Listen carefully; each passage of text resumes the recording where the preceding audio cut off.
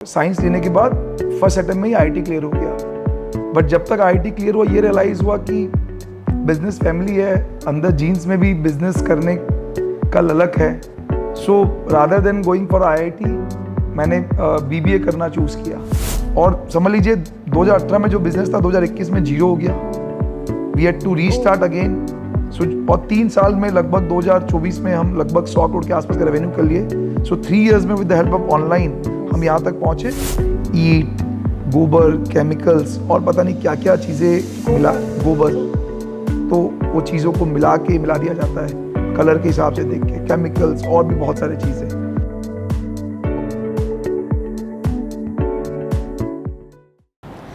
चुल बहुत बड़ी चीज़ होती है, इतनी बड़ी कि कोई अपना बना बनाया एम्पायर छोड़ के ज़ीरो से स्टार्ट करने की कोशिश करता है। और ज़ीरो से स्टार्ट करने की कोशिश ही नहीं बल्कि 2 बार फ्रेश स्टार्ट देते हैं। ऐसी एक स्टोरी है आज हमारे शो में। मैं हूँ श्रेया और आज मेरे साथ हैं आकाश अग्रवाल, को फाउंडर ऑफ ज़ॉफ स्पाइसेस। और आकाश ने अपने मसालेदार स्पाइसेस और मसालेदार प्रोडक्ट्स के साथ शार्क टैंक का ही नहीं पूरे इंडिया का दिल जीत चुका है। So welcome Akash to the show. Thank you Shreya. So Akash, आज का पॉडकास्ट आपकी स्टोरी के बारे में है और आपकी ब्रांड स्टोरी के बारे में है, जिससे हम सब लोग ये सीख सकें कि एक लेवल 0 से एक नेशनल ब्रांड को हम कैसे बिल्ड कर सकते हैं। इम्पॉर्टेंस ऑफ पर्सनल ब्रांडिंग कितना ज़रूरी है आज की ब्रांड्स के लिए। सो आज का पॉडकास्ट आपके और ज़ॉफ के नाम। बिल्कुल। और चालू करने से पहले मैं आप सबसे रिक्वेस्ट करूंगी, अगर आप एक फाउंडर हैं या आपको ब्रांड बिल्डिंग में इंटरेस्ट है तो please subscribe to my channel and press the bell icon and for best experience switch to 1.5x। Okay Akash, so first things first, हम जानना चाहेंगे कि आकाश एज अ पर्सन कौन है। सब जानते हैं आकाश ज़ॉफ के को फाउंडर हैं। शार्क टैंक के वो 18 मिनट आई थिंक आज आपकी स्टोरी को फेमस कर दिया है। But Akash as a person कौन है, आप कहाँ पले बड़े हैं, आपका बैकग्राउंड क्या है, तो प्लीज़ हमें थोड़ा बताइए। अगर वन वर्ड में बात करूँ तो इंडिपेंडेंट हूँ। और ये जो इंडिपेंडेंट मेरे अंदर क्वालिटी है ये तब से आया जब मैं 6 साल का था और मुझे हॉस्टल भेज दिया गया। सो वहाँ से ये जर्नी चालू होती है, क्योंकि 6 साल जब मैं आज सोचता हूँ तो बहुत ही छोटा होता है कोई भी। और आई थिंक वो एक लाइफ चेंजर था मेरे लिए। सब कुछ खुद से करना, पेरेंट्स से दूर रहना, हॉस्टल में बहुत सारी चीज़ें सीखना। सो वो कहीं ना कहीं आज जो मैं एक एंटरप्रेन्योर हूँ वो मुझे हेल्प कर रहा है। सो आप बोल सकते हैं Akash as a person is independent, visionary, क्योंकि एक एंटरप्रेन्योर के लिए सबसे इम्पॉर्टेंट होता है विज़न का क्लियर होना। अगर वो अपने विज़न पे क्लियर नहीं है उसे क्या बनना है, क्या करना है, सो आई थिंक वो एक अच्छा एंटरप्रेन्योर बन नहीं सकता। आप जो भी मेरा लर्निंग्स था और जीवन में कुछ करने का जो एक अंदर एक भूख होता है, आप बोल सकते हैं, उसी के वजह से आज ज़ॉफ स्टार्ट हो पाया है। आपकी एक स्टोरी पता है मुझे कि आपका आईआईटी में सिलेक्शन हुआ था बट आप गए नहीं थे, तो कुछ बताइए उसके बारे में। So I was good at studies. Even मैं 10 का टॉपर रहा हूँ, 12 का टॉपर रहा हूँ और मैंने फर्स्ट अटैम्प्ट में आईआईटी क्लियर कर लिया। क्योंकि स्टडीज़ में अच्छा था तो साइंस ले लिया। उस टाइम उतना क्लैरिटी नहीं था कि कॉमर्स लेना है या कोई दूसरा सब्जेक्ट लेना है। If you are good at studies normally आपको साइंस लेने ही बोला जाता है। और साइंस लेने के बाद फर्स्ट अटैम्प्ट में ही आईआईटी क्लियर हो गया। बट जब तक आईआईटी क्लियर हुआ ये रियलाइज़ हुआ कि बिजनेस फैमिली है, अंदर जीन्स में भी बिजनेस करने का ललक है। So rather than going for IIT मैंने बीबीए करना चूज़ किया और आईआईटी को छोड़ के आईआईपीएम न्यू दिल्ली से मैंने बीबीए किया। मैं बिलीव नहीं कर पा रही हूँ अभी भी कि कोई आईआईटी छोड़ के कैसे आईआईपीएम जाएगा। This is really new. और उसके बाद आपने अपने कॉलेज कंप्लीट करने के बाद आप डायरेक्टली स्टील बिजनेस में चले गए आपके पापा के साथ? हाँ, सो हम लोग का family business manufacturing of steel का था। नॉर्मली एक बिजनेस फैमिली में ऐसा ही होता है कि जब आप अपना एजुकेशन कंप्लीट करके आते हैं, फादर का बिजनेस ही ज्वाइन करते हैं एक्सपीरियंस लेने के लिए, क्योंकि वो आपके लिए पहला वर्क होता है। सो मैं भी जब आया ऑस्ट्रेलिया से अपना एमबीए करके, I join my father's business. But वो बिज़नेस कभी पसंद ही नहीं आया। उसके लिमिटेशंस की वजह से ऐसा लगा कि मैं आज यहाँ पे 15-20 साल भी काम कर लूँ तब भी मुझे नहीं लगता कि मैं उस लेवल का ग्रोथ कर पाऊँगा या उस लेवल का मार्केट में अपना नाम बना पाऊँगा। तो वो बिज़नेस कभी भी पसंद नहीं आया। तो पैसा बहुत बड़ी चीज़ है ना आकाश, मतलब अगर स्टील में आप हैं और आपके पूरी फैमिली है, एंड आई थिंक कितने साल हो गए होंगे आपकी फैमिली को स्टील बिजनेस में? लगभग 18-19 साल। 19 साल। तो उसके बाद कहीं ऐसे कंफर्ट स्पेस नहीं बनता है फॉर बोथ द ब्रदर्स? जैसे आशीष जी भी हैं, तो आपको ऐसा नहीं लगता है कि वो कंफर्ट स्पेस काफ़ी अच्छा था, मतलब very difficult to leave? And बोलते ना कि एक ड्रीम्स अपना एक चीज़ होता है और एक जो अपना एम्पायर आपने खड़ा किया है वो एक अपना चीज़ होता है। तो सिर्फ मुझे ना कंफर्ट पसंद नहीं है। मतलब लाइफ में मेरी बहुत सारी एक्टिविटी ना एज में होती है। कुछ तो लाइफ में एक्साइटमेंट होते रहना चाहिए। पैसा डेफिनेटली बड़ी चीज़ है, बट जैसे मैंने बताया आपको, पैसा तो आ जाता बट 20 साल बाद ये रियलाइज़ होता कि यार मैंने क्या किया। ये बिज़नेस तो मार्केट के हिसाब से चलता है, गवर्नमेंट पॉलिसी के हिसाब से चलता है, आपने क्या किया। अमेजिंग। तो चलिए ये तो बात करी कि आपको कुछ जज्बा था करने का, कुछ जुनून था, बट ये जुनून ज़ौफ़ जैसी एक ब्रांड में कन्वर्ट कैसे हुआ? मतलब अगर आप 2016 या 17 में बैठे होंगे आपके भाई के साथ, तो कैसे सोचा कि स्पाइस में घुसना है? स्पाइस में घुसना है वो तो बहुत बाद में आया। अगर मैं कॉलेज टाइम की बात करूं तो ब्रांड बनाना है वो पहले आ गया था। अच्छा। जब भी कुछ करना है ब्रांड बनाना है। ब्रांड बनाने में बहुत मेहनत भी लगता है, बहुत साल भी लग जाते हैं, बट अगर एक बार बन जाता है वो लेगेसी के लिए रहता है। यस। सिर्फ आप नहीं, आपकी पूरी फैमिली उस ब्रांड को एंजॉय करती है और आप अपना एक नाम बना पाते हैं।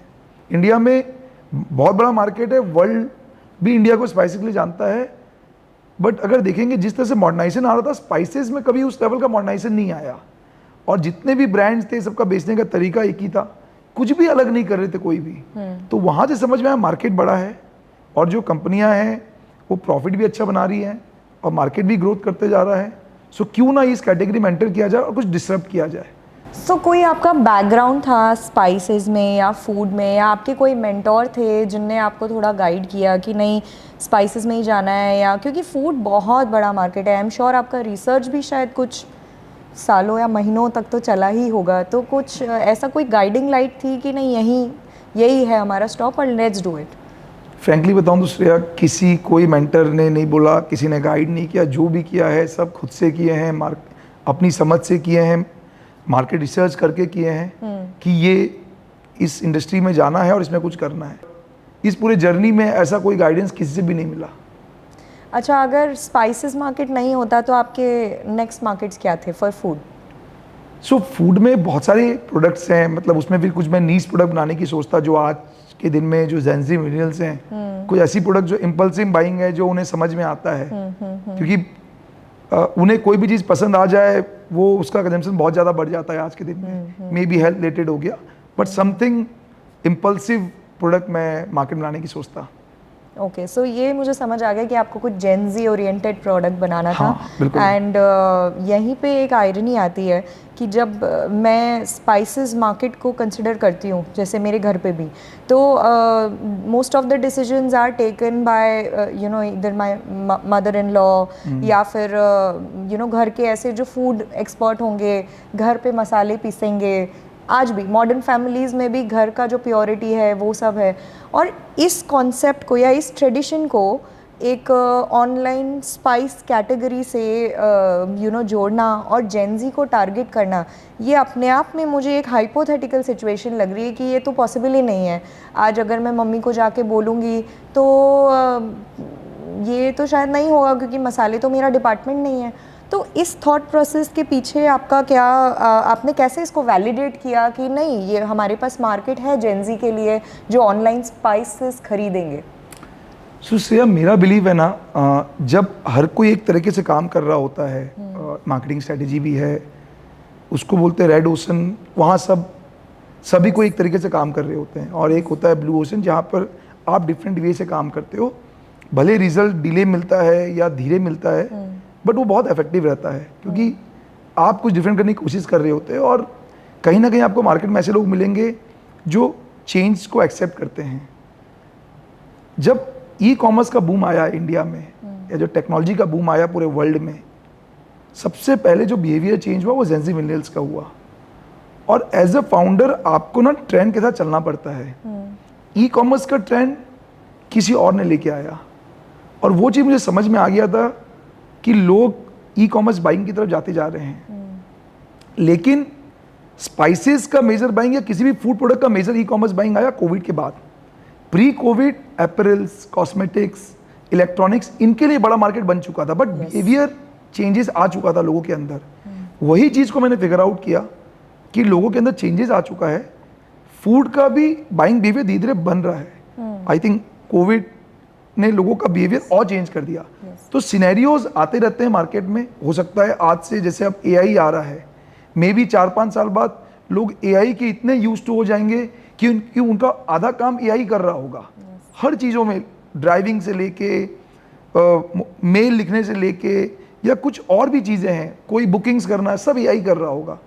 सो ये ट्रेंड को समझना बहुत ज़रूरी है। तो मैंने सिर्फ ट्रेंड को समझा, उस ट्रेंड को अप्लाई कर दिया उन लोगों पे जो लोग आज मेजर डिसीजन टेकर्स हैं। आज आप ऐसी बहुत सारी चीज़ें जिसका डिसीजन आप खुद लेते हो और आप बताते हो घर में जाके कि मुझे ये करने का इच्छा है, मुझे वो करना है। 2 डिसीजंस वो ले रहे होंगे, लेकिन जब आप जाके उनको बताओगे तो आपकी बात सुनेंगे और वो कन्वर्ट होगा।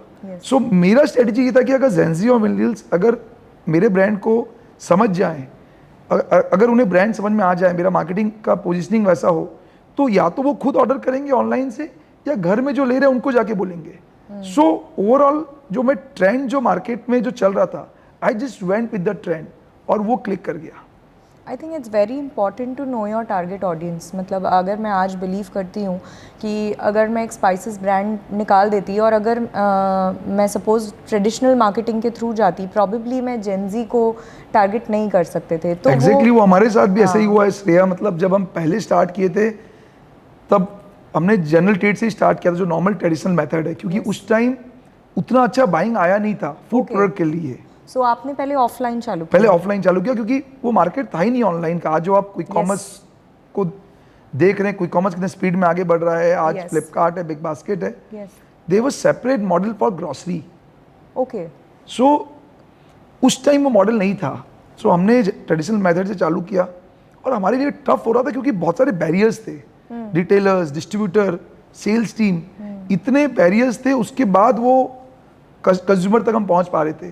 सो राइट ऑडियंस तक हम पहुंच नहीं पा रहे थे ट्रेडिशनल मेथड में। इवन काफ़ी अमाउंट भी बर्न हो गया, काफ़ी पैसा लग रहा था, बट हमें वो रिजल्ट नहीं मिल रहा था।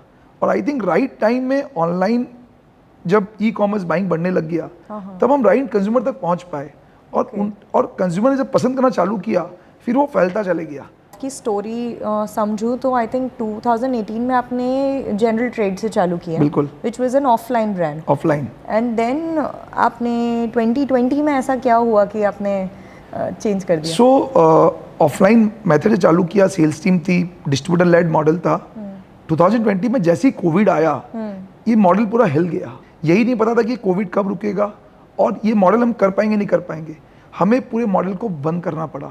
जो हमने 3 साल, 2 साल, 2.5 साल जो मेहनत किया, हमने तीसरे साल में उसे बंद कर दिया। और तब तक धीरे धीरे ऑनलाइन का ट्रेंड आ चुका था और मैं उस ट्रेंड का पार्ट बन चुका था धीरे धीरे। सो ये समझ में आया कि ऑनलाइन कंज्यूमर तक पहुंचने में ज़्यादा अच्छा हेल्प कर रहा है, बिजनेस भी ग्रो कर रहा है। सो क्यों ना इसी पे फोकस करना चालू करें। और समझ लीजिए 2018 में जो बिजनेस था 2021 में जीरो हो गया। We had to restart again. So और 3 साल में लगभग 2024 में हम लगभग 100 करोड़ के आसपास का रेवेन्यू कर लिए। सो 3 इयर्स में with the help of online हम यहाँ तक पहुँचे। और अब आयरनी देखिए कि हम वापस से वो जनरल ट्रेड मॉडल पे आ रहे हैं, लर्निंग के साथ, लेसन के साथ और स्ट्रांग होके, क्योंकि जनरल ट्रेड इंडिया में बड़ा मार्केट है। तो ऑनलाइन पे जो मार्केट बिल्टअप हो गया, अब हमें ऑफलाइन पे मार्केट को वापस से बिल्टअप करना है, जो कहीं ना कहीं छूट गया था 3 साल पहले। सो 2020 में what was your revenue and so 2020 में it was nearly around 24 crores when you had general trade. और 21 में ऑलमोस्ट वो बिजनेस जीरो हो चुका था। ओके। एंड 3 साल में आपने उसको कहाँ तक? 3 साल पे लगभग समझिए लास्ट ईयर लगभग हमने नियरली 100 करोड़ के आसपास क्लोज किया है। एंड लगभग कितने लॉसेस हुए थे जब आपने चालू किया था? लॉसेस लगभग 30 करोड़ के लॉसेस हुए थे। सो बेसिकली ज़ॉफ का 2 बार रीस्टार्ट बटन दबाया और वो भी इतने बोल जल्दी सकते में। हैं आप। सो आई थिंक आपने जो एक बात करी है कि अभी आप ऑनलाइन से ऑफलाइन में आ रहे हैं, जनरल ट्रेड में आ रहे हैं, ये मैं आजकल काफ़ी सारी ई कॉमर्स ब्रांड्स को देख रही हूँ करते हुए। You know, I think of Ras, I luxury oils, I think of Fable Street, you know, I also think of Bliss Club. ये लोग सब अपने ऑफलाइन स्टोर्स अब ला रहे हैं after becoming an e-commerce brand. So if we can draw out a pattern of why is it necessary for them to have an offline store, क्योंकि offline store का investment बहुत ज़्यादा होता है. So despite being so good with e-commerce, why is it that brands are targeting that offline store? So Shreya, India में आज भी जो 85 to 90% बिजनेस है वो ऑफलाइन से आता है. Okay. Hardly 10 to 15% online. Okay. E commerce and online platforms आपको एक मौका देते हैं आपके प्रोडक्ट को कस्टमर तक पहुंचाने का. You can start with that बहुत लो कॉस्ट में. Okay. लेकिन major businesses come through offline. Okay. So आज के दिन में एक ओमनी चैनल स्ट्रेटजी हो गया है जो सारे ब्रांड्स अप्लाई कर रहे हैं. They start with e commerce या online, then they come to offline, जिससे कि उनका रेवेन्यू बढ़ सके, स्प्रेड बढ़ सके. सो इसीलिए ये स्ट्रेटजी बनाया जा रहा है सो दैट कि रेवेन्यू भी बढ़ा सके और ब्रांड का पेनिट्रेशन भी ज़्यादा हो सके. Are you also trying to cater to more audiences, or it is still a Gen Z brand? तो उसी आज एनजीओ और मिलेनियल्स का अगर आप पॉपुलेशन देखेंगे इंडिया में like they hold more than 30% के आसपास. Yes. ऐसा नहीं है कि जो एजेड है 45, 50, 60 वो लोग प्रोडक्ट बाई नहीं करेंगे. एज आई सेड, जेनजी और मिलेनियल्स आज के दिन में क्या बाई करना है, they can take their own decision. Right. They can convey जिनसे भी बाई करवाना है. Right. सो ब्रांड ओवरऑल ऐसे स्पाइसेस देखेंगे तो it's for the masses. Yes. But preferable target audience अभी जेनजी और मिलेनियल्स है सो दैट कि अगर वो आ गए वो आपके कस्टमर बन गए, सो बाकी सब भी धीरे धीरे आपके कस्टमर बन जाएंगे. Very nice. So एक interesting question, Zoff नाम कैसे पड़ा? सो ये भी जॉफ stands for zone of fresh foods. 2-3 साल की मेहनत है. आप समझ लीजिए जॉफ में ये नाम में, क्योंकि I use to you know write down names कि मेरा ब्रांड नेम कैसा होना चाहिए. मैं ये नहीं चाहता था कि ब्रांड नेम किसी के घर के नाम पे हो या पर्टिकुलर किसी चीज़ पे रख दिया जाए. It should have some meaning, क्योंकि ब्रांड आप जब बनाते हैं सालों साल के लिए बनता है और उस टाइम आप रिग्रेट नहीं कर सकते कि मेरा नाम ये हो गया. So I am a firm believer in terms of name कि नेम क्या होना चाहिए. सो 2-3 साल की मेहनत है और काफ़ी सोच समझ के नाम रखा गया कि प्रोडक्ट के साथ मैच करे. फूड कैटेगरी है तो कहीं ना कहीं फ्रेशनेस रहना चाहिए. और मैं वैसा एक जोन क्रिएट कर रहा हूँ जहाँ पे जॉफ के मल्टीपल प्रोडक्ट्स आएंगे. आगे स्पाइसेस है, हमने ड्राई फ्रूट्स ऐड किया है, maybe going add multiple products आएंगे.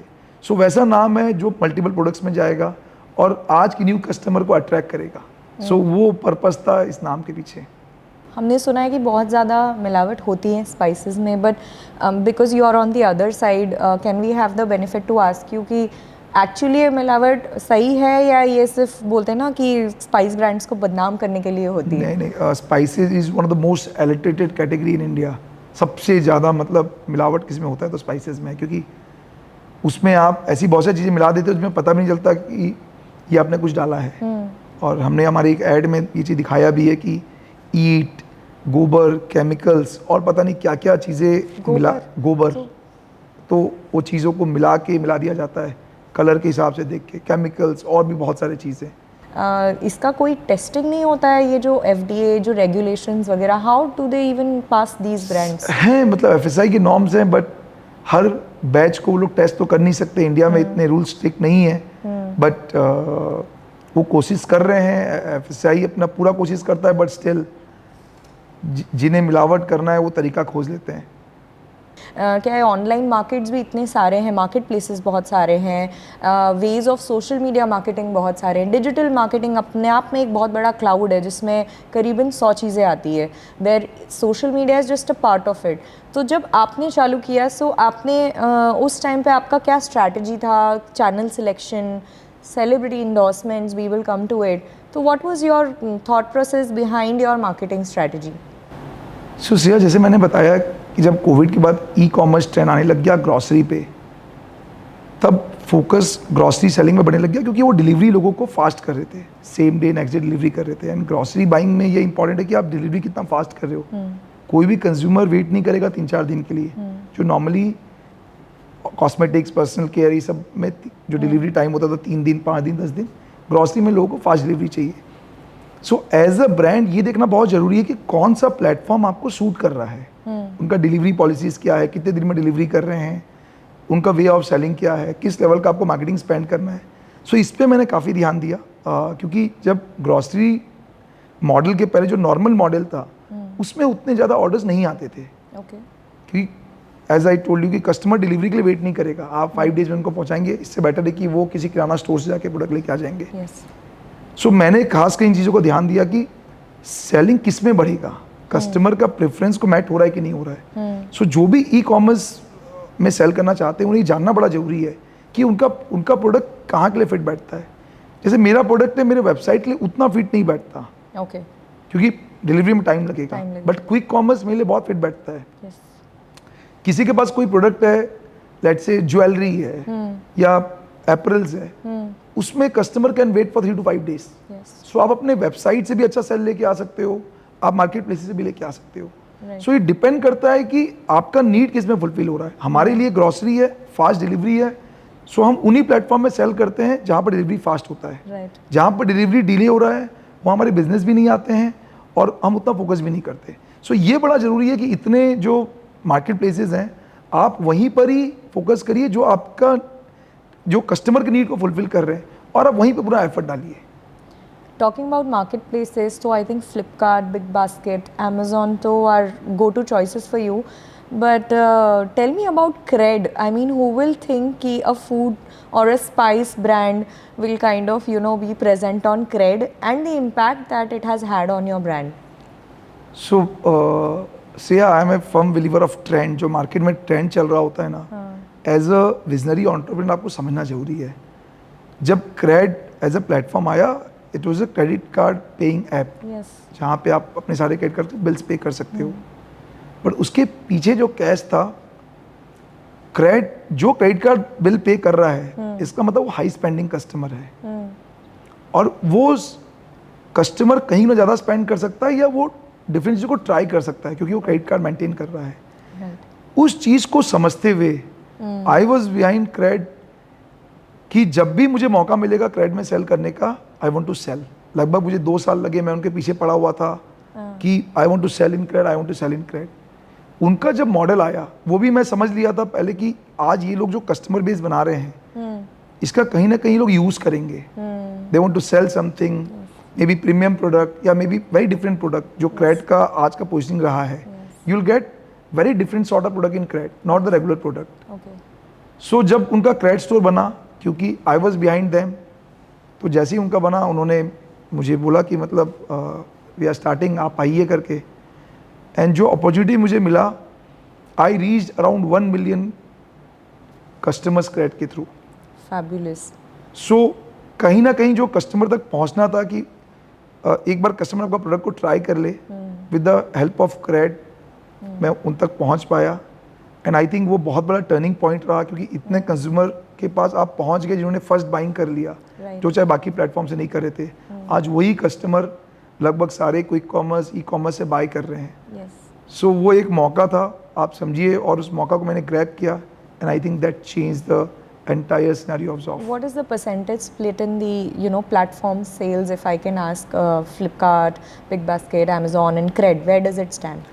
So Cred, nearly like 10 to 15% business is from Cred. Okay. And quick commerce का जमाना है, तो by revenue, by revenue, by value, by value, total business का, and total online sales business का, and quick commerce का is nearly 30%. Okay. And rest 60% is Flipkart, Big Basket and Amazon. So quick commerce is typically Blinkit and Swiggy, Zepto. So अभी सबसे ज़्यादा grow कर रहा है जो trend में है. When we also talk to founders about brand strategy, as a team we always follow this very small formula: be where your customers are. And I think what we need to learn from Akash is don't just copy paste others models. You need to think where exactly your customers can be. Like Cred and Zoff is a very unimaginable combination, but if you can see he's getting the value out of it. So please don't stop yourself to kind of innovate. आपने 2 साल उनको persuade किया और फिर वो finally आपके पास आए. So you may never know, so just be fearless and try new things, which is very important. Okay, coming to celebrity endorsements, Akash, when did you decide कि आपको Shilpa Shetty as a brand ambassador चाहिए, and what has been the effect of having her with you?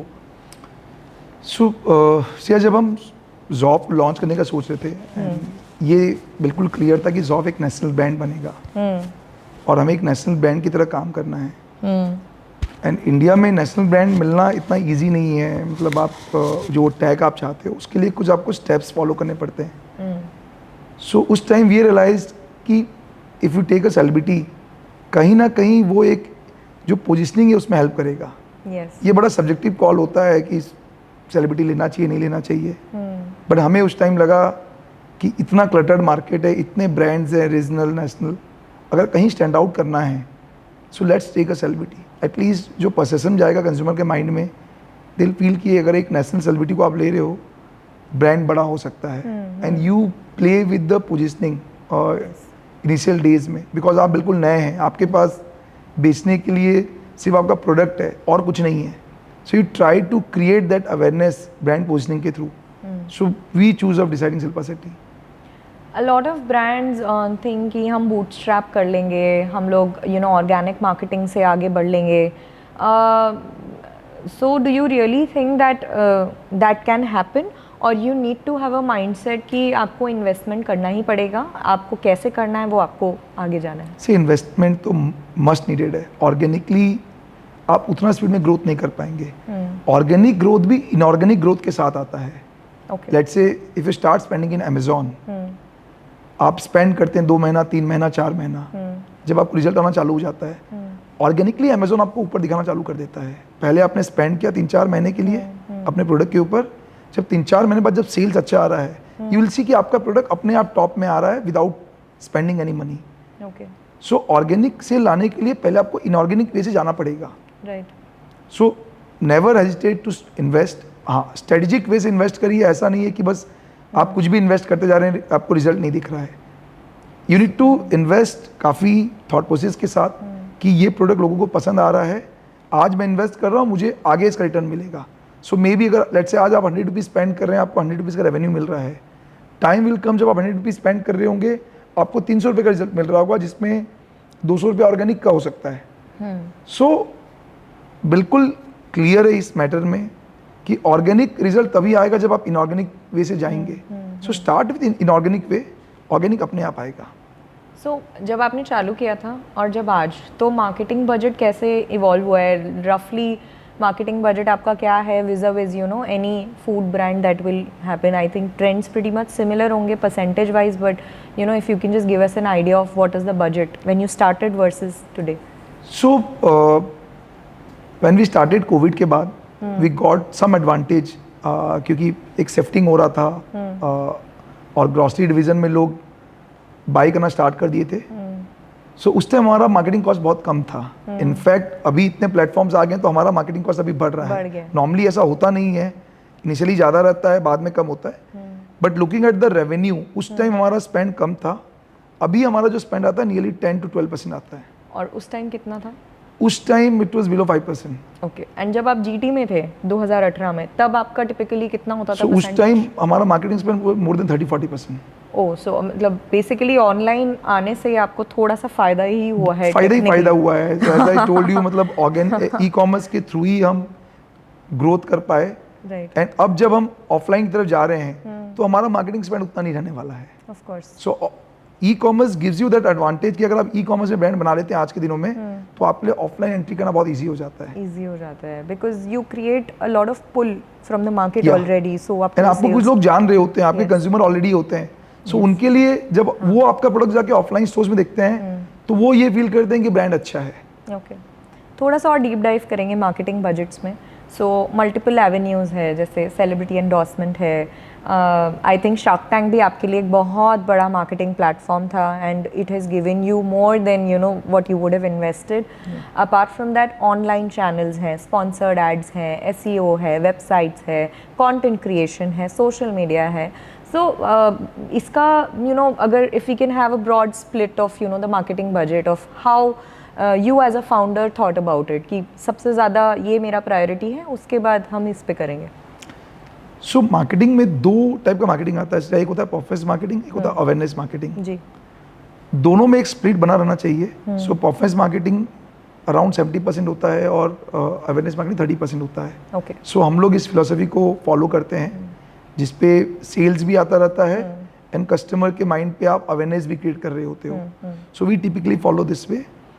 हमारा major जो spending होता है हम platforms में करते हैं, like quick commerce, e commerce, Flipkart, BigBasket, Zepto. Reason being कि वह इंटेंट बड़ा हैवी है. राइट. मैं फेसबुक, गूगल में स्पेंड करना अवॉइड करता हूँ, बहुत कम करता हूँ, क्योंकि बहुत सारे कस्टमर्स आ रहे हैं, मुझे उनका इंटेंट नहीं पता है. ओके. अगर 100 लोग आ रहे हैं, हो सकता है 5 लोग खरीद लें, 95 लोग नहीं खरीदें. जब आप इन प्लेटफॉर्म्स में जाते हैं 100 लोगों में से 50 लोग का इंटेंट रहता है. राइट. कन्वर्जन चांसेस बहुत ज़्यादा हैं. राइट. सो हम लोग कोशिश करते हैं कि वह 90% बजट हम इन सारे प्लेटफॉर्म पे यूज़ करें, 10% बजट हम बाकी इंस्टाग्राम, फेसबुक, गूगल में हम यूज़ करते हैं फॉर अवेयरनेस. सो ये हमारा वे है. सबके अपने अलग अलग तरीके होते हैं और जैसे मैंने बताया था कि आपको अपने प्रोडक्ट को समझना पड़ेगा, आपको सेल कहाँ करना है, उसी के हिसाब से बजट प्लानिंग करते हैं. बट हाँ, परफॉर्मेंस और अवेयरनेस में 70-30 का एक split is a good split. एक तरफ आपको अवेयरनेस भी मिल रहा है, एक तरफ आपको आपके प्रोडक्ट का सेल्स भी मिल रहा है थ्रू परफॉर्मेंस मार्केटिंग. सो इसमें celebrity is a different investment. Celebrity is altogether different investment. उसका इससे कोई लेना देना नहीं है. सेलिब्रिटी आपका ब्रांड पोजिशनिंग करने के लिए हेल्प करता है. सेलिब्रिटी कभी भी सेल्स लेके नहीं आता है. तो ये एक चीज़ आई थिंक सबके जानने के लिए बड़ा इंपॉर्टेंट है कि सेलिब्रिटी लेने से कभी भी सेल्स नहीं बढ़ता. सेलिब्रिटी सिर्फ आपका पोजिशनिंग क्रिएट करता है कंज्यूमर के माइंड में. सो मुझे ये बताइए, जब आपने शिल्पा शेट्टी जी को साइन किया था तो was it like a personal choice और it was a logical choice? So नहीं, लॉजिकल था. बिजनेस में कुछ चीज़ पर्सनल नहीं होता. बिल्कुल आप पर्सनल कुछ भी लाने की कोशिश करेंगे सो मैक्सिमम चांसेस आपको फेलियर ही मिलेगा. डिसीजन स्ट्रेटेजिक था क्योंकि उस टाइम वो as a health icon India पे आगे बढ़ रही थी, yoga and as a fit celebrity, और एक एज ग्रुप भी सही था. Like that time she was nearly 42-43 age में. सो हमें एक होम मेकर की ज़रूरत था और जो फिटनेस आइकन है, हेल्थ की बातें कर रही हैं, सो उसके हिसाब से हमने उन्हें चूज़ किया. एक और लास्ट हम डिजिटल मार्केटिंग के स्पेस पे बात करेंगे, which is social media. So social media has multiple platforms. So how do you look at it from the perspective of Zoff and from the perspective of Akash? देखिए, आज के दिन में इंस्टाग्राम हो गया है जिसपे नॉर्मली सब कुछ ट्रेंड कर रहा होता है. That's more of a lifestyle वाला सोशल मीडिया. लिंक्डइन हो गया है, that's more of a professional, जिसपे आप अपने प्रोफेशनल लाइफ की पूरी बातें करते हैं. ट्विटर कुछ भी करंट अफेयर्स ये चल रहा है, यू कैन जस्ट ट्वीट, या आपको कोई भी बहुत ही स्ट्रॉन्ग इन्फॉर्मेशन देना है, you can give through Twitter. So सबका अपना अलग अलग जॉनर है और सबका अपना अलग अलग नीड है. So for Zoff I think Instagram is the best place जहाँ पर normally we do our marketing, क्योंकि हमें कस्टमर बेस वैसा मिल रहा है जो जेनजी मिलेनियल्स से मोस्टली वो वहाँ पे रहें, वो ऐसी चीज़ें देखना पसंद करते हैं. वहाँ पे you can talk about health, you can talk about product, so there is high chances कि they will resonate with your product. अगर पर्सनल ब्रांड की बात करें तो आई प्रीफर लिंक्डइन, और लगभग 1.5 साल हो गया after Shark tank appearance I started using LinkedIn. And ये एज अ फाउंडर इमेज, जैसे मेरा इमेज को मार्केट में बिल्टअप करने में काफ़ी हेल्प कर रहा है. एंड आई हैव सीन वहाँ से भी काफ़ी कस्टमर कन्वर्ट हो रहे हैं when they hear it out कि एज अ फाउंडर आपकी सोच कैसी है, आप क्या क्या नया चीज़ें कर रहे हो, आप कहाँ कहाँ जा रहे हो. राइट. जब आप डिटेलिंग में बातें लिखते हो तो आई थिंक कस्टमर वो जब चीज़ों को देखता है तो वो रेजोनेट करता है कि फाउंडर ऐसी बातें कर रहा है तो लेट्स ट्राई दिस प्रोडक्ट. सो दोनों का अपना अलग अलग नीड है. सो पर्सनल लेवल पे बीइंग अ फाउंडर मैं ये चाहता हूँ कि मेरा एक इमेज भी वैसा बने जैसे ज़ॉफ का एक इमेज प्योरिटी को लेके बन रहा है, क्वालिटी प्रोडक्ट को लेके बन रहा है. सो मेरा एक इमेज ऐसा बने कि एज अ फाउंडर मैं वैसा प्रोडक्ट बना पा रहा हूँ, so that customer start believing in me. मैं अगर उसके बाद कोई भी प्रोडक्ट निकालता हूँ so customer will start trusting. So ये दोनों को बिल्कुल मैं साइमल्टेनियसली लेके चल रहा हूँ कि एक तरफ पर्सनल ब्रांडिंग जो मुझे बनाना है लिंक्डइन में, और एक तरफ को जॉफ का ब्रांडिंग बनाना है इंस्टाग्राम में। कुछ कुछ पर्सनल जो आपने सिग्नेचर स्टाइल्स बोली है बहुत इंटरेस्टिंग है। एक तो जो उसका सिंबल है which is very simple like this, wow, and then you know Zoff brothers. So Zoff brothers अपने आप में एक यू नो वो दोनों ही की एक जोड़ी बहुत बढ़िया बन गई है। And third of course your hairstyle which has become your signature. I saw cartoon also you know made for you. तो लोग पहचानते हैं श्रेया।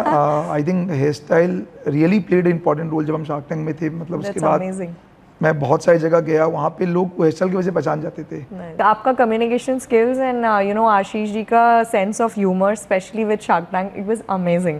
सो hats off to you know both of your chemistry, क्योंकि in some ways you are brothers but आप दोनों के जो strengths है ना वो बहुत डिफरेंट है और बहुत कॉम्प्लीमेंटिंग भी है, विच इज नाइस। सो वो वैसा होता ही है को फाउंडर के बीच में, कोई भी हो, ब्रदर्स हो, फ्रेंड्स हो या बिजनेस पार्टनर्स हो, आई थिंक अलग अलग स्ट्रेंथ होता है तभी एक रिजल्ट बड़ा बन पाता है। That's amazing and that's a really nice insight for people who build great startups with founders, with co-founders, partners. So we should really learn because बहुत कम लोग होते हैं जो फैमिली में ही अपने फ्रेंड्स या पार्टनर्स ढूंढते हैं बिकॉज उनको वो टच नहीं करना है, उनका पर्सनल और प्रोफेशनल लाइफ एक यू नो अलग रखना होता है। So that is a very sensitive topic for a lot of people, but really hats off to both of you how you have you know convinced your father also कि and made him believe this. So father का ऐसा है कि देखिए he was also a risk taker और ये I think जो हमारे अंदर आया है ये क्वालिटी उनका भी बहुत बड़ा रोल है क्योंकि उनको देख के बड़े हुए हैं, उनके एबिलिटी को देखें तो आई थिंक ये बहुत इंपॉर्टेंट रोल प्ले करता है। We will jump on to the most interesting part of Zoff which was Shark Tank. So वो 18 मिनट मुझे ऐसा लगता है अगर मैं आपको बताऊं तो वो आपके ब्रांड स्टोरी के सबसे इम्पॉर्टेंट पार्ट है। आज अगर कोई भी Zoff सर्च करता है and if they spend 18 minutes they will come to know everything. So अब अगर बात करें आई थिंक 2023 में था, सो 2 साल में शार्क टैंक के आफ्टर इफेक्ट्स क्या रहे हैं आपकी लाइफ में और इवन Zoff के लिए? आज जो हमारा विजन था जो हमने इतने साल पहले देखा था, आई थिंक शार्क टैंक ने वो कंज्यूमर तक प्रॉपर्ली पहुंचा पाया। आई विल से कि वो एक लाइफ टाइम अपॉर्चुनिटी था हमारे लिए, ब्रांड के लिए। उसके वजह से आप देखिए कि हमारा रेवेन्यू डबल हो गया, हमने प्राइवेट इक्विटी रेज कर लिया, आज Zoff एक नोन ब्रांड है। इसके अलावा आज बहुत सारे कस्टमर ऐसा देख रहे हैं कि आने वाले कुछ साल में स्पाइसेस कैटेगरी में जो इतने सालों से जो ट्रेडिशनल प्लेयर थे, एक नया प्लेयर उस लेवल का ब्रांड बन सकता है इतना जल्दी। तो आई थिंक ये सब क्रेडिट शार्क टैंक को जाता है। पर्सनल लेवल पे बात करें सो लगभग I have attended more than 50 sessions जिसपे इवेंट समझ लीजिए, कॉलेजेस समझ लीजिए, I was a part of panelist. बहुत सारे ऑफर्स आए जाने के लिए, so I have attended. Personal branding में काफ़ी फ़र्क पड़ गया। सो लिंक्डइन की बात करें तो आज के दिन में लगा है मोर देन 38,000 फॉलोअर्स। सो ये भी I think I give credit to Shark Tank. कहीं ना कहीं पर्सनल ग्रोथ, पर्सनल ब्रांडिंग में भी काफ़ी हेल्प मिला, उसके वजह से लोग आज पहचानते हैं आपको। So in terms of business and personal I think Shark Tank has really changed the life. How does Aman Gupta add value to Zoff? मतलब वो कितना involved रहते हैं and is it like कि आप you know any time every time you know you can just mentor या उनकी team कुछ involved रहती है आपके साथ, कैसे होता है ये? So देखिए शार्क्स का काम है आपको हेल्प करना वहाँ पे जहाँ पर आप स्ट्रक हैं। Okay. वो खुद अपना एक बिजनेस रन कर रहे हैं, वो ऑलरेडी 100 कंपनी में इन्वेस्ट किए हुए हैं। सो मैं ये नहीं बोलूँगा कि वो बहुत ज़्यादा इन्वॉल्व रहते हैं या नहीं रहते हैं। जब आपको नीड है तब वो अवेलेबल रहते हैं, जो कि मस्ट नीडेड है। अगर हमारी बात करूं तो एक उनका बहुत बड़ा डिसीजन जो उनका एक जो हेल्प रहा, शार्क टैंक का जब एपिसोड ऑन एयर होने वाला था उसके जस्ट पहले हम उनसे मिलने के लिए गए। हमने उनको बताया कि कोई कॉमर्स में एंट्री नहीं हो पा रही है, उसमें भी लगभग 1.5 साल हो गया था मुझे चेस करते हुए, मुझे एंट्री नहीं मिल पा रहा था। सो उन्होंने सीधा फाउंडर को मेल डाला कि ये Zoff हमारी पोर्टफोलियो कंपनी है and please help them in listing. और आई थिंक वहाँ से मेल नीचे आसान होता चला गया एंड वी गॉट लिस्टेड बहुत ही जल्दी। मतलब जिस काम को 2 साल लग गया हम एक मेल से लिस्ट हो गए और आज 30% रेवेन्यू हमारा कोई कॉमर्स से आता है। So this is a help. वो आज मेरे साथ 10 घंटा टाइम भी स्पेंड कर लिए, ठीक आई कैन से वो मेरे साथ टाइम स्पेंड कर रहे हैं, but this is the real help जो एक शार्क करते हैं। उनकी टीम है जिनके साथ रेगुलर बातें होती रहती है, बहुत सारी बातें होती है। सो आई थिंक उनके साथ हम टच में रहते हैं। तो एज ओवरऑल जो वो कर सकते हैं he is doing that. The benefit of networks that you create with such platforms, it's a national platform and जैसे आपने बताया कि you know nothing is far away, maybe आपको उनको रीच आउट करना है, they are a bigger magnet and more powerful. So I think that way Zoff has got a huge team of not just Zoff and the founders but also the Shark Tank team. I have seen that a lot of people just think too much before entering into things like these. You know, they have, like as a founder they have a facade कि अरे हम कैसे जाएंगे वहाँ पे, हमारा तो फिर हम वो स्टार्टअप्स में आ जाएंगे, you know we don't want to look like that. Second, in a lot of forums they don't want to become the face, क्योंकि हम अपने ब्रांड के बारे में कैसे बात करेंगे. What is your take on that and what would you like to tell these founders? See time has change. ये बात अगर आज से 10-15 साल पहले बोलते तो अच्छा भी लगता था. हाँ. आज का जो कंज्यूमर है, जो न्यू एज कंज्यूमर है, वो फाउंडर से बहुत रिलेट करता है. And I have seen this कि जब मैं लिंक्डइन में बातें करता हूँ, जब लोग मुझसे कनेक्ट करते हैं या मैं कहीं जाता हूँ as a part of panelist, लोग कनेक्ट करते हैं. एंड वो कनेक्शन बहुत ज़रूरी है आज के दिन में. अगर आपको अपने ब्रांड को बहुत सॉलिड बनाना है, सो आई थिंक ये इमेज आपको बिल्टअप करना पड़ेगा. You need to connect with your consumer. उन कंज्यूमर को आपकी सोच पास ऑन होनी चाहिए. प्रोडक्ट आपने अच्छा बना लिया, बट अगर आपकी सोच उन तक पास नहीं हो पा रही है, शायद वो बिलीव नहीं कर पाए कंज्यूमर, जो जब एक फाउंडर का जब एक मैसेज जाता है कि how a founder is. So I think time has changed और मैं सभी को यही बोलूँगा, start building your personal brand, start connecting with your consumer. जब आप वैल्यूएशन राउंड के लिए जाएंगे, जब आपकी कंपनी का वैल्यू जब भी कोई चीज़ डिसाइड कर रहा होगा, I think this will also matter. So Akash, हम लोग फंडिंग की बात आई है तो मैं सबसे पहले कॉन्ग्रेचुलेट करना चाहूँगी कि आपको अभी अगस्त में JM फाइनेंशियल से 40 करोड़ की फंडिंग मिली है, सीरीज A राउंड. So I am sure it must have been a big deal for you, काफ़ी मेहनत भी लगी होगी. तो हमें बताइए कि what was your journey like after Shark Tank. आपने ये सीरीज़ A के लिए क्या प्रेपरेशंस करी and what changed inside and outside of? किसी भी स्टार्टअप फाउंडर के लिए फंड रेज करना सबसे बड़ी बात होती है. उसका सबसे मेन रीज़न एक तो आपके पास फंड आता है, आपके स्टार्टअप का एक वैल्यूएशन हो जाता है और एक वैलिडेशन हो जाता है कि आपका जो स्टार्टअप है वो अच्छा कर रहा है. क्योंकि फंडिंग तभी मिलती है जब कोई इन्वेस्टर में पोटेंशियल देखता है. और पोटेंशियल ऐसा नहीं कि आज लेट्स से फॉर एग्जांपल आज वैल्यूएशन 50 करोड़ तो 100 करोड़ हो जाएगा. वैल्यूएशन ऐसा देखता है कि आज 50 करोड़ की वैल्यू है तो 500 करोड़ कैसा होगा. They think of 10x 20x. सो हमारे लिए अच्छी बात है कि हमारा बिजनेस वैलिडेट हो गया. अब हमें किसी को प्रूव करने की जरूरत नहीं है कि हमारा बिजनेस अच्छा है कि नहीं है. 10-15 इन्वेस्टर ने मना भी किया होगा, but you need only one investor जो आपको बैक कर सके, जो ये बोल सके कि आप अच्छा कर रहे हो. अगर बिफोर एंड आफ्टर की बात करें, जब एक इन्वेस्टर आ जाता है, वो कंपनी में सिस्टम प्रोसीजर चाहता है. वो ये चाहता है कि अगर आप आने वाले 2-3 सालों में स्केल करेंगे तो आपका कंपनी कैपेबल हो, आपके सिस्टम अलाइंड हो, आपके प्रोसेसेस बिल्कुल प्रॉपर बन चुके हों. तो ऐसा भी बोलते हैं कि जब आपको फंडिंग मिलती है तो आप एक तरह से you know you are also responsible for their money also. So come along with the money comes in a lot of responsibility also, क्योंकि you have to pay back, right? So do you really think that you can feel, आपने जैसे बोला कि अब हम थोड़े free हो गए हैं, हमें थोड़ा सा फंड मिला है, या आपको ये लग रहा है कि अरे सर पे कोई आ गया है? अभी आप जितना अच्छा रिटर्न देंगे उतना आपके ऊपर लोग बैट करने को तैयार हो जाएंगे. आप और बड़ा बिजनेस बारे में जब सोचेंगे, आपके पीछे बैकअप रहेगा. सो एनीवे एक बोल सकते हैं डेफिनेटली पैसा तो आ गया है, बट कहीं ना कहीं एक रिस्पॉन्सिबिलिटी और बढ़ गया है कि हमें अच्छा परफॉर्म करना है. ओवर द इयर्स आकाश, आपके जो प्रॉफिट मार्जिन्स हैं वो कैसे अफेक्ट हुए हैं? बिकॉज हम मार्केटिंग की भी बात कर रहे हैं and now you have funding, now you will have you know systems and processes to invest in. So what has been the growth और you know what has been the change in the profit margins vis-a-vis any industry like spice? So जैसे revenue की बात करें, definitely हमारा revenue double हुआ है. Okay. But कहीं ना कहीं जो हमारे एबिटा मार्जिन है वो नीचे आए हैं.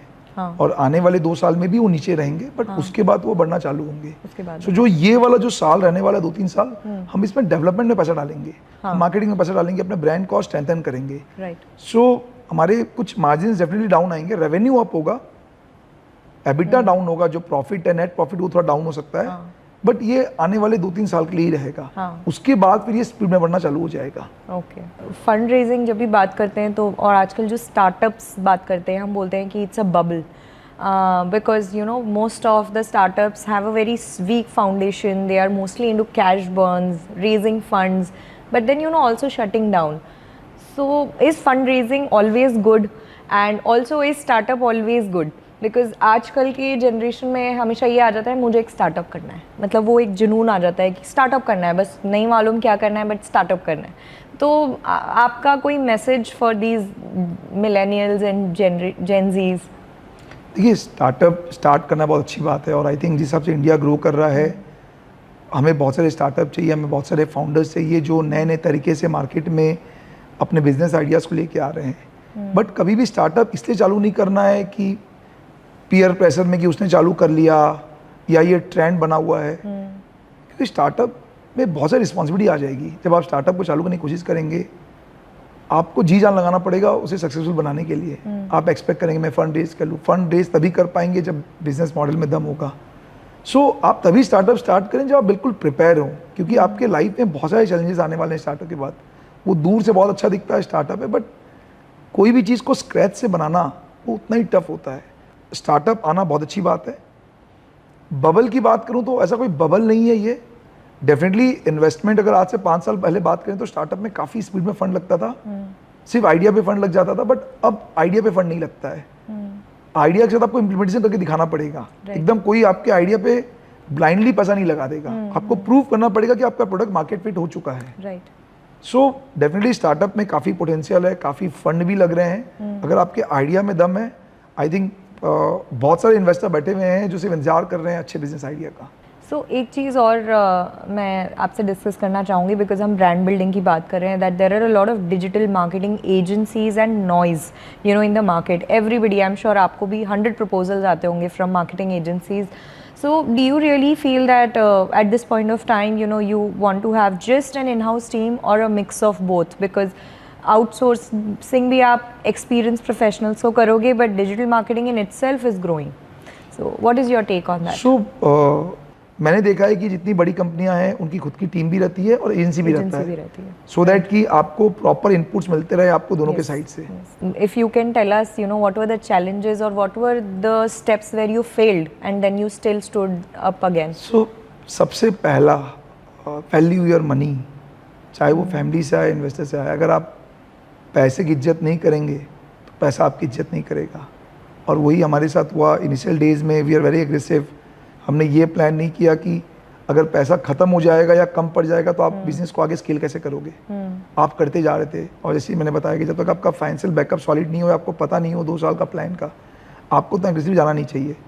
सो I think be frugal when using your money. और आई थिंक मेरी लाइफ का सबसे बड़ा लेसन है कि पैसा तो आपको मिल जाएगा अगर आपके पास आइडिया है, कहीं से भी मिल जाएगा, but you need to value that, वरना दोबारा आपकी वैल्यू नहीं करेगा पैसा या कोई इन्वेस्टर। सो ये एक बहुत बड़ा लर्निंग्स रहा है। सेकेंडली, हड़बड़ी नहीं करना है कभी भी। आप ही बनाना है आपको स्टार्टअप बनाना है, आप एक प्रोसेस के साथ बनाइए, आराम से बनाइए, मार्केट क्रिएट करिए। आप सोचेंगे कि मैं बहुत जल्दी बना लूँगा, वो चीज़ पॉसिबल नहीं है, क्योंकि ऑलरेडी हज़ारों लोग काम कर रहे हैं उस मार्केट में, और कोई चीज़ बनाने में टाइम लगता है। और एक चीज़ बहुत इंपॉर्टेंट है कि आपका स्टार्टअप है, आप बनाओगे।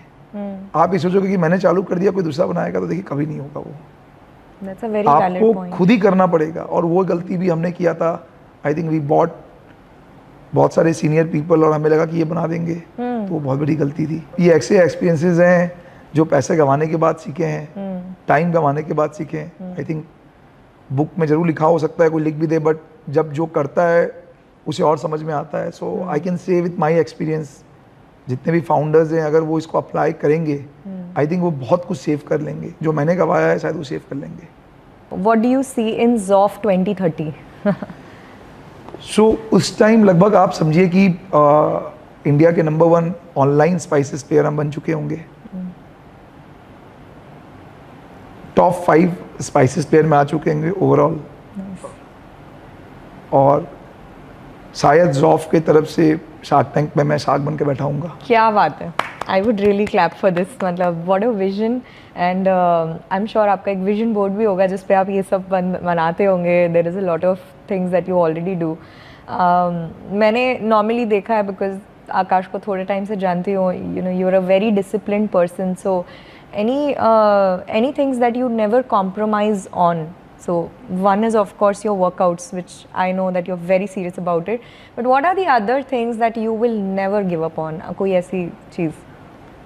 मैं नहीं बोलूँगा कि आज मैं टॉप में हूँ, बट काफ़ी रिग्रेस हम काम कर रहे हैं, बहुत चीज़ें चेंज करने की कोशिश कर रहे हैं. तो एक ये चीज़ बिल्कुल रहने वाला है, जब तक ज़ॉफ है तब तक वो क्वालिटी के जाना जाए. आई थिंक मे बी हो सकता है कि वो अचीव हमें 1 साल 2 साल और लग जाएगा, बट हम उस पैरामीटर्स में काम कर रहे हैं, उस प्रोसेस में काम कर रहे हैं कि कोई भी आए और जाए, ज़ॉफ हमेशा क्वालिटी के जाना जाएगा. अगर पर्सनल लेवल की बात करूं तो एथिक्स है, इंटीग्रिटी है, जो मेरे लिए बहुत इंपॉर्टेंट है. जो चाहे कुछ भी हो जाए, मैं उस पर कभी भी आँच आने नहीं दे सकता. मतलब वो मेरे साथ वो हमेशा रहेगा, ऐसा है. Thank you so much, Akash. Thank you for your time. And we will just wrap the entire session with a small rapid fire. So let's go. Yeah. So Akash, it's time for rapid fire. Are you ready? Yeah. So in less than 5 words, please sum up Zoff. Zone of respect. Brilliant. इससे better कोई tagline हो ही नहीं सकती. नाम में tagline है, right? If Zoff was a person or a celebrity, who would you resemble? I jumped it. अगर Zoff एक personality या कोई character होता, तो वो क्या होता? वैसे तो स्पाइस लेजेंड बोल सकते हो आप. जैसे अमिताभ बच्चन बॉलीवुड में, वैसे ही समझ लीजिए एक spice legend. Oh, nice. So Amitabh Bachchan maybe? बोल सकते हैं. Evergreen. Nice. What is your stress busting mechanism? To be alone sometime. To be alone sometime. Workout versus yoga. Workout. I prefer to hit gym, so I prefer gymming. But yeah, yoga is also pretty good. That's such a diplomatic answer. You should choose one. Workout. Morning person or evening person? Morning. I wake up around 6 a.m. in the morning. Oh wow. But we've also seen you party very hard. So that day also, like, I try to wake up around 7. So my waking up in the morning is fixed. Whether I go late or early. Amazing. Movies or books? Movies. Movies. What's your favorite movie?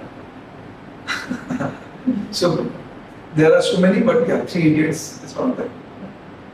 A vacation or a Sunday, peaceful Sunday at home? Vacation. I just love to travel. You love to travel. Yeah. And what has been your best travel or favorite city?